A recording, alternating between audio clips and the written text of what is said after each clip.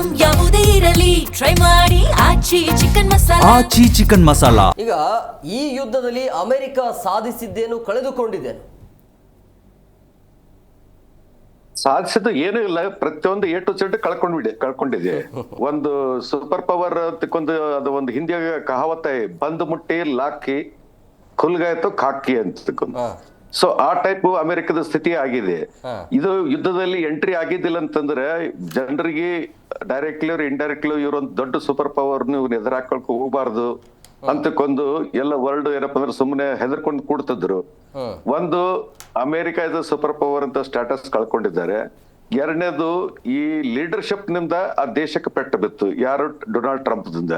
ಅದ್ರ ಸಲುವಾಗಿ ರಷ್ಯಾದವರು ಕೆಲವೊಮ್ಮೆ ಹೇಳ್ತಿದ್ರು, ಹೋದ್ರು ಒಂದು ದೇಶನ ಹಾಳು ಮಾಡ್ಬೇಕಂತಂದ್ರೆ missile, rocket bombs, nuclear bombs ಏನು ಬೇಕಾಗಿಲ್ಲ, ಆ ದೇಶಕ್ಕೆ ಒಬ್ಬ ವರ್ಸ್ಟ್ ಲೀಡರ್ನ ಎಲೆಕ್ಟ್ ಮಾಡಿ ಅವ್ರಿಗೆ ಕೊಟ್ಬಿಟ್ರೆ ಪ್ರೆಸಿಡೆಂಟ್ ಆಗಿ, ಅವನೇ ಹಾಳು ಮಾಡತ್ತಾನ.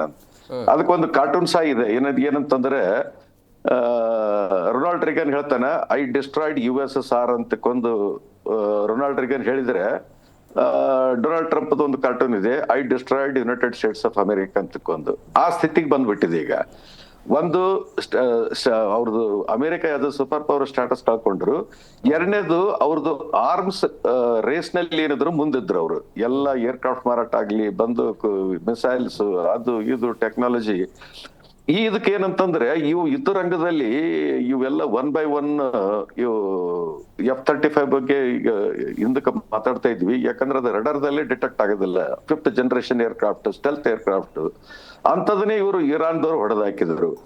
ಅದಕ್ಕಿಂತ ಮೊದಲು ಕುವೈತದಲ್ಲಿ F-15 ಅಂತಕ್ಕೊಂದು 3 ಏರ್ಕ್ರಾಫ್ಟ್ ಹೊಡೆದಾಕಿದ್ರು.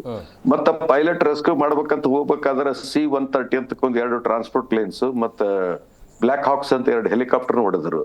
ಅದಲ್ಲೇ ಇವೆಲ್ಲ ಇದಾದ ಕೂಡಲೇ ಈಗ ಇವೆಲ್ಲ ಏರ್ಕ್ರಾಫ್ಟ್ಸ್ ಏನು ಬಿದ್ದಾವಲ್ಲ ಈಗ, ಆಮೇಲೆ ಒಂದು ಮಿಡ್ ಏರ್ ರಿಫಿಲಿಂಗ್, ಒಂದು ಅವ್ಯಾಕ್ಸ್ ಅಂತಂದ್ರೆ ಒಂದು ರಡಾರ್ ಟೈಪ್ ಮಾನಿಟರ್ ಮಾಡಕ್ ಒಂದು ಏರ್ಕ್ರಾಫ್ಟ್ ಇರ್ತದೆ.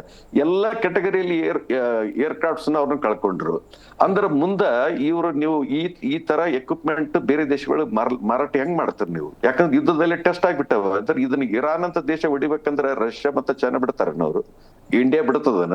ಸೊ ಹಿಂಗಾಗಿ ಏನಾಗ್ಬಿಟ್ಟದ, ಅವ್ರದ್ದು market value of military equipment ಕಡಿಮೆ ಆಗ್ಬಿಟ್ಟದ.